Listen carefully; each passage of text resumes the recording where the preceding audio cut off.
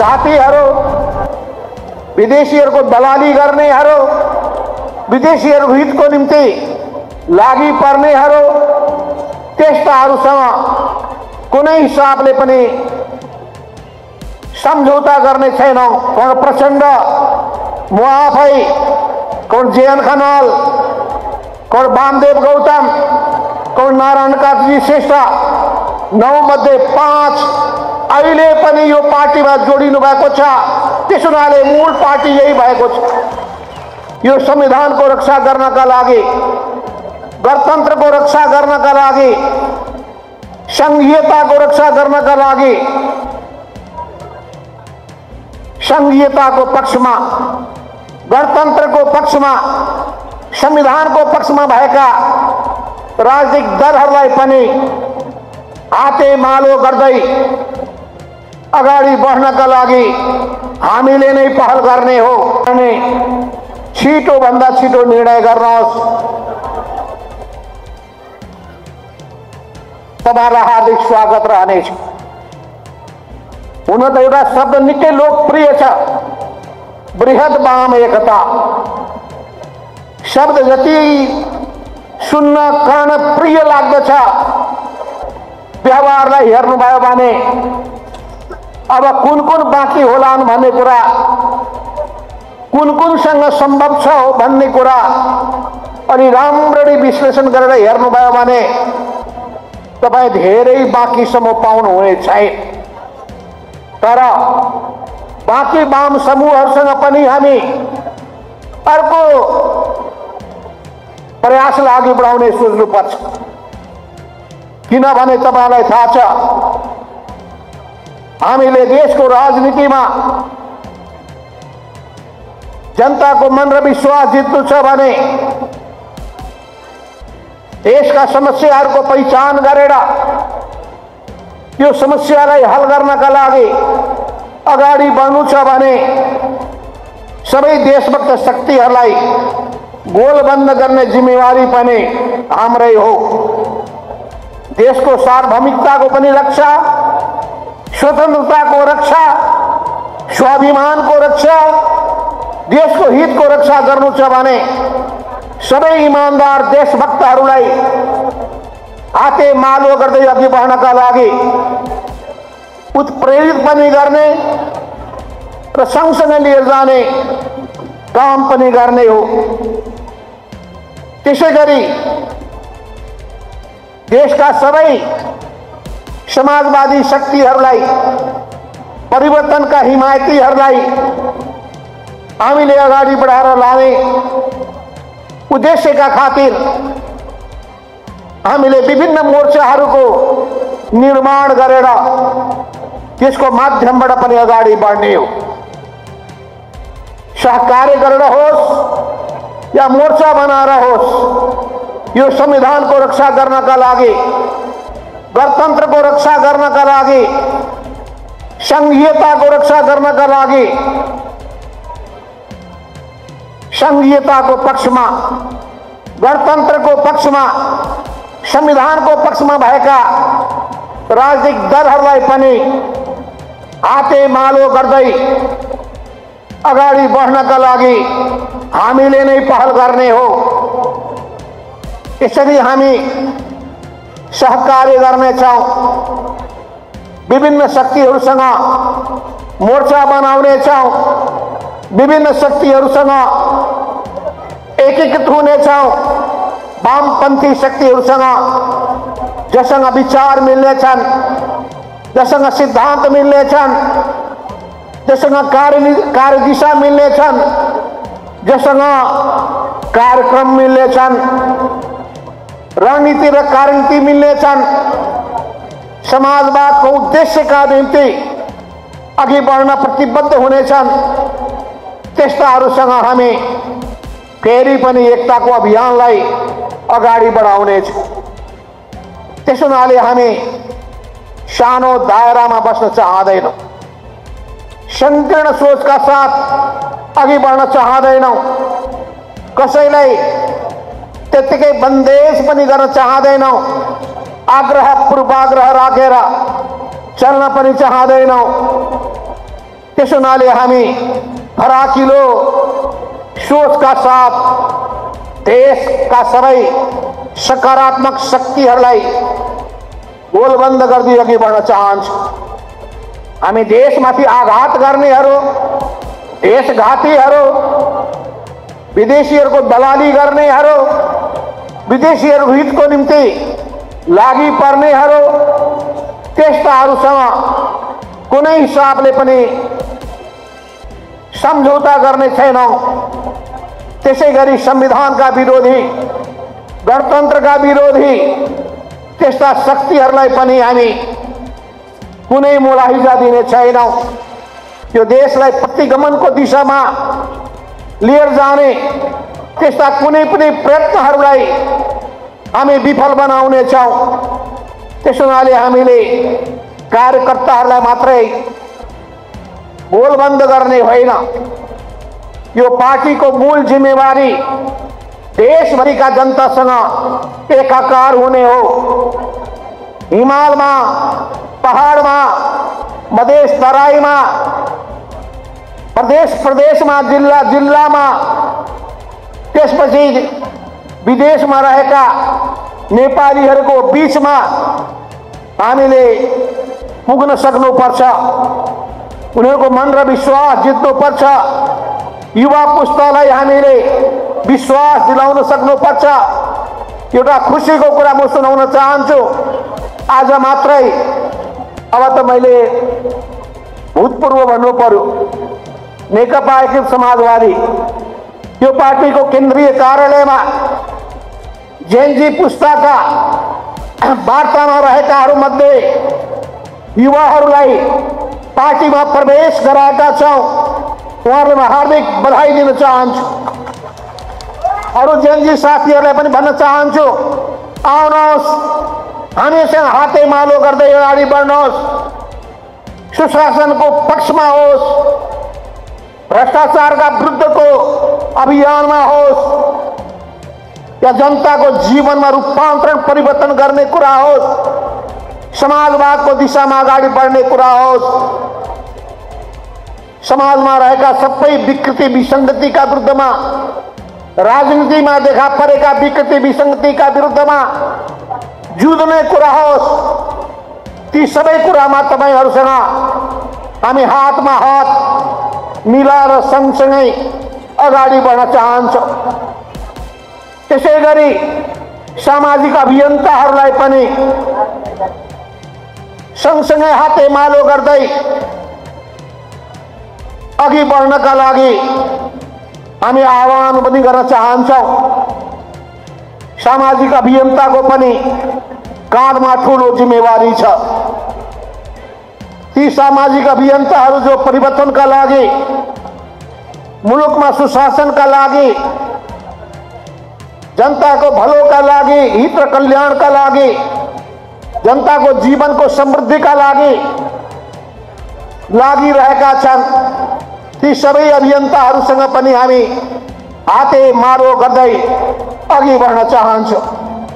यसरी नेपालको राजनीतिको एउटा महत्त्वपूर्ण शक्तिको रूपमा, नेपाली समाजको एउटा महत्त्वपूर्ण परिवर्तनको वाहकको रूपमा यो पार्टीलाई अघि बढाएर लिएर जाने हामीले संकल्प गर्नुपर्ने आवश्यकता छ। त्यस रूपमा हामी अघि बढ्न चाहन्छौं। हामी सबैलाई थाहा छ अहिले हाम्रो देश कुन अवस्थामा छ। अहिले हाम्रो देश असाधारण परिस्थितिबाट गुज्रिरहेको छ।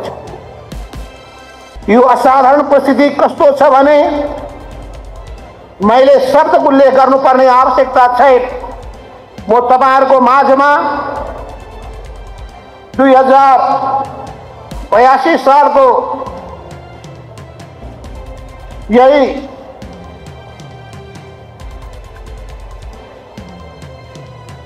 अस्ति भर्खरै भदौको 27 गते राष्ट्रपतिज्यूले जारी गर्नुभएको एउटा वक्तव्यको केही अंश सुनाउन चाहन्छु। उहाँले भन्नुभएको छ, अत्यन्त असहज, विषम र भयपूर्ण परिस्थितिमा कठिन प्रयत्न पश्चात एउटा शान्तिपूर्ण निकास निस्किएको छ। बडो जुक्तिले प्राप्त गरेको यो अवसर, बडो जुक्तिले प्राप्त गरेको यो अवसरको सदुपयोग गर्दै र आफैमा सम्हालिँदै सबै सुध्रिँदै सबै सच्चिँदै जनताको मन र विश्वास जित्दै अगाडि बढ्नुपर्ने आवश्यकता रहेको छ। बडो मननीय छ उहाँको विचार।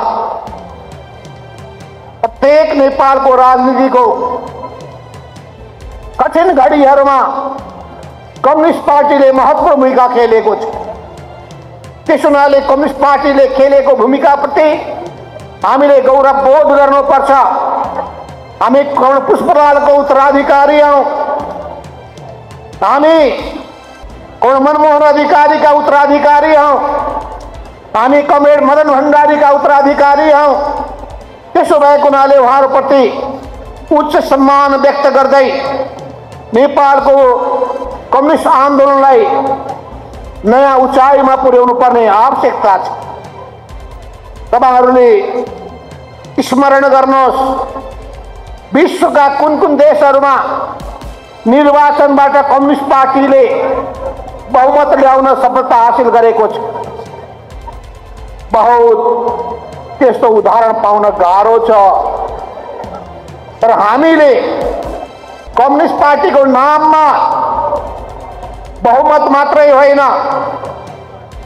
झन्डै 2/3 बहुमत हासिल गरेर देखाएका थियौं। राजतन्त्रलाई उन्मूलन गरेका थियौं।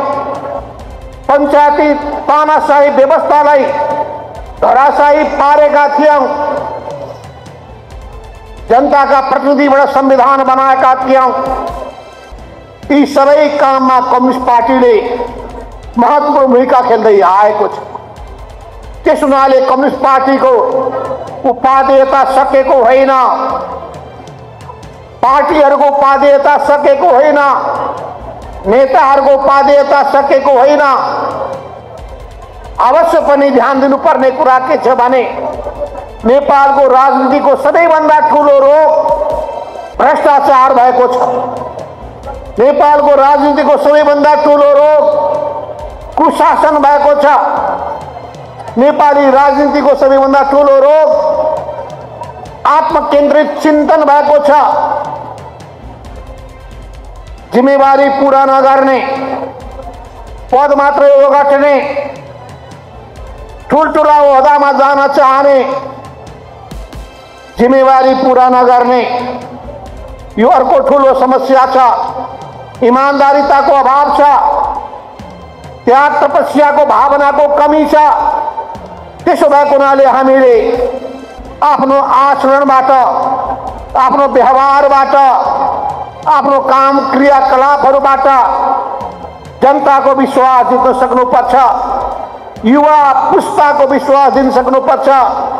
नयाँ पुस्ताको विश्वास जित्न सक्नुपर्छ। और वामदेव गौतमले भन्नुभएको कुरा सही हो। के सही हो भने कुराले चिउरा भिज्नेवाला छैन। हामी कुरा गर्न धेरै सिपालु छौं, प्रवचन दिन धेरै सिपालु छौं, तर त्यो काममा रूपान्तरण गर्ने कुरामा हामी पछाडि परेका छौं। त्यसो भएको हुनाले अहिले धेरै नेता कमेडरले देशको समस्याको चर्चा गरिसक्नु भएको छ। चाहे रोजगारीको कुरा होस्, चाहे उत्पादनको कुरा होस्, चाहे सामाजिक विभेदको कुरा होस्, चाहे महिला हिंसाको कुरा होस्, या जनताले भोग्नु परेको पीडा र वेदनाको कुरा होस्, सामाजिक विकृतिको कुरा होस्, राजनीतिक विकृतिका कुरा होस्, या भनौं कृषि क्षेत्रमा, उद्योगको क्षेत्रमा, जलविद्युतको क्षेत्रमा, पर्यटनको क्षेत्रमा, विज्ञान र प्रविधिको क्षेत्रमा, शिक्षा र स्वास्थ्यको क्षेत्रमा, अनि त्यसै गरी अध्ययन अनुसन्धानको क्षेत्रमा अनि सबै सन्दर्भमा जसरी ध्यान केन्द्रित गर्नुपर्ने हो, देश बनाउने हुटहुटी, देश बनाउने संकल्प, देश बनाउने विश्वास जसरी हुनुपर्ने हो, ती सबै कुरामा कमी रहेका छन्, कमजोरी रहेका छन्। अब ती कमी कमजोरीलाई सुधार्नै पर्छ। हामीले जनतामा नयाँ आशा, जनतामा नयाँ विश्वास, जनतामा नयाँ संकल्प पैदा गर्न सक्नुपर्छ हामीले। त्यसो भएको हुनाले हाम्रो देशको विकासले गर्दा विश्वमा हामी नेपाली भएकोमा गौरव बोध गर्न सक्नेछौँ। नेपालको मान, नेपालीको शान माथि उठाउन सक्नेछौँ। र ती सबै काममा पनि यो नेपाली कम्युनिस्ट पार्टी हामीले सोचेका थियौँ के पार्टीको नाम के राख्ने, नेकपा समाजवादी राख्ने कि हाम्रो राजु कार्की कमरेडको? सबै समाजवादी, कुन समाजवादी, कुन समाजवादी? अनि नेपाली कांग्रेस छ, नेपाली कम्युनिस्ट राख्ने कि? कता कता बुझ्छे जस्तो पनि लाग्यो। चिनिया कम्युनिस्ट पार्टी भन्छन्, भारतीय कम्युनिस्ट पार्टी भन्छन्। भनेपछि हामीले नेपाली कम्युनिस्ट पार्टी किन भन्ने?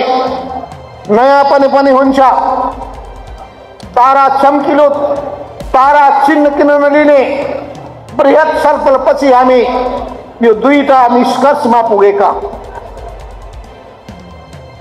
र अघि समाजवादको व्याख्या भइसकेको छ। समाजवादका पनि अनेक थरी कुराहरू पनि छन्, हामी बहस गर्दै गरौँला। तर मूल कुरा के हो भने सामाजिक न्यायको प्रत्याभूति हुनुपर्छ, समानतापूर्ण समाजको स्थापना हुनुपर्छ। त्यसै गरी विकासको बाटोमा देशले फड्को मार्नुपर्छ, जनताको जीवनलाई समृद्ध बनाउन सक्नुपर्छ। सबै किसिमका विभेद र अन्याय अत्याचारको अन्त्य हुनुपर्छ। यी न्यूनतम कुराहरू हुन्। यी न्यूनतम कुरा जबसम्म सम्बोधन गरिँदैन, समाजवाद गफाडीको गफ मात्रै हुनेछ। त्यसो हुनाले गफाडीको गफ होइन, परिवर्तनको अभियन्ताको रूपमा हामीले अगाडि बढ्नुपर्ने भएको हुनाले आज एउटा नयाँ संकल्पका साथ हामी अगाडि बढौँ। तपाईहरुको बृहत उपस्थिति देख्दाखेरि हाम्रो हौसला बुलन्द भएको छ, हाम्रो मनोबल बुलन्द भएको छ।